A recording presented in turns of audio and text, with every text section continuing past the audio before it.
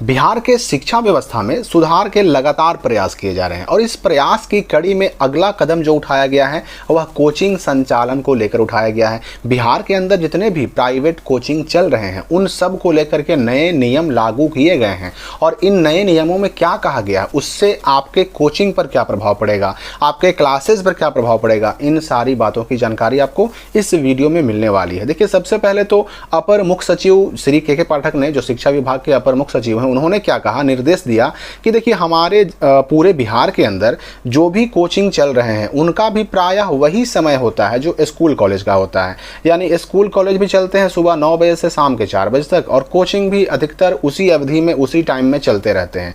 इससे हमारे छात्र चाहे वह किसी भी कक्षा के हों, कोचिंग संस्थानों में जाने के कारण क्या होते हैं कि विद्यालय में नहीं आ पाते, जबकि विद्यालयों में 75% हाजिरी बनाना स्टूडेंट के लिए ज़रूरी हो गया है। और ये पूरी बात, ये नियम लागू होता है किस पर, तो 9 से 12 यानी 9, 10, 11, 12 के छात्रों पर।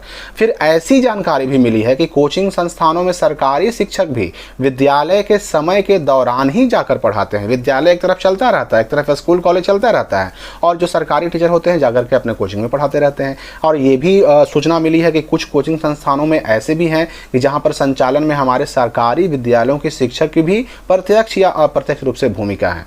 तो इसके लिए नियम क्या बनाया गया है कि जो लगातार ये जो अनुश्रवण किया जा रहा है, विद्यालयों की चेकिंग की जा रही है, अब ये चेकिंग कोचिंग की भी की जाएगी। तो इसके लिए 3 चरणों में कोचिंग चलाने वाले टीचर को वार्निंग दी जा रही है। पहले चरण में क्या करना है कि प्रथम चरण में 1 अगस्त से 7 अगस्त तक अभियान के तौर पर अपने अपने जिले के सभी कोचिंग संस्थान में जाना है और चाहे वो किसी तरह के कोचिंग हो उन सब में जाना है और उनकी एक सूची, एक लिस्ट बना लेना है। ये प्रथम चरण में कर लेना है।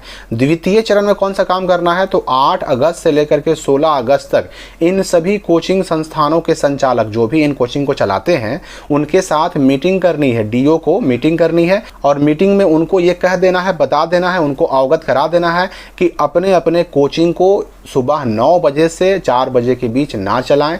इस अवधि के पहले या बाद में चला सकते हैं, यानी कि 9 बजे से पहले चलाएं या 4 बजे शाम के बाद चलाएं।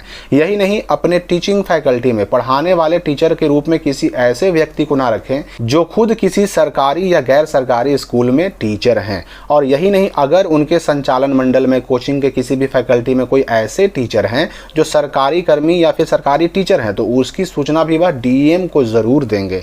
और तीसरा चरण जो होगा वो कोचिंग के बारे में, तीसरे चरण में 16 अगस्त से लेकर के 31 अगस्त तक जितने भी जिले के अंदर जो भी कोचिंग चल रहे हैं उसके लिए दंडाधिकारी यानी कि मजिस्ट्रेट नियुक्त किए जाएंगे और ये मजिस्ट्रेट हर कोचिंग में जा करके वहाँ सघन जांच करेंगे और देखेंगे कि कहीं ये 9 बजे से लेकर के 4 बजे शाम तक तो नहीं चल रहे हैं। और अगर ये 9 बजे से लेकर के शाम के 4 बजे तक कोचिंग चलते हुए पाए जाते हैं तो इनको चेतावनी दी जाएगी, उनको आगाह किया जाएगा कि अपना टाइम टेबल वो चेंज कर लें। और अगर 31 अगस्त के बाद भी कोई कोचिंग संस्थान इन सारी बातों का पालन नहीं करता है, 9 से 4 वाला टाइमिंग चेंज नहीं करता है, तो उस पर फिर कार्रवाई की जाएगी, कोचिंग को बंद भी किया जा सकता है। तो मतलब साफ हो गया कि 9 बजे सुबह से लेकर के 4 बजे शाम तक कोचिंग नहीं चलेगा। अब अगर कोई छुप छुपा के चला भी लेता है तो उसके ऊपर तलवार लटकती रहेगी, कार्रवाई की, बंद होने का, कार्रवाई का डर बना रहेगा। तो इसलिए अब कोचिंग या तो 9 बजे से पहले या शाम 4 बजे के बाद ही चला जा सकता है बिहार के अंदर। ये स्पष्ट निर्देश दे दिया गया है बिहार के शिक्षा विभाग के द्वारा। तो इस नए नियम से आप पर क्या प्रभाव पड़ेगा ये आप बेहतर समझ सकते हैं। आपका कोचिंग हो सकता है कि अब 9 बजे के पहले चले या 4 बजे शाम के बाद चले। और रही बात अटेंडेंस की, तो आपको अपने स्कूल कॉलेज में 75% हाजिरी ज़रूर बनाना है। अगर ये 75% हाजिरी नहीं बनता है तो फिर आप बिहार बोर्ड की वार्षिक परीक्षाओं में, मैट्रिक की परीक्षाओं में, इंटर की परीक्षाओं में शामिल ही नहीं हो पाएंगे। ये नियम बिल्कुल स्पष्ट कर दिया गया है नोटिफिकेशन निकाल करके। और ये नोटिफिकेशन मैंने पहले भी आपको दिखाया था, बताया था, यहाँ पर भी नीचे वही नोटिफिकेशन दे दिया गया है कि भैया 75% अटेंडेंस रहेगा तो ही आप आगे की कक्षाओं का फाइनल एग्जाम में शामिल हो पाएंगे। तो फिलहाल इस वीडियो के लिए इतना ही, मिलते हैं हम अगली वीडियो में।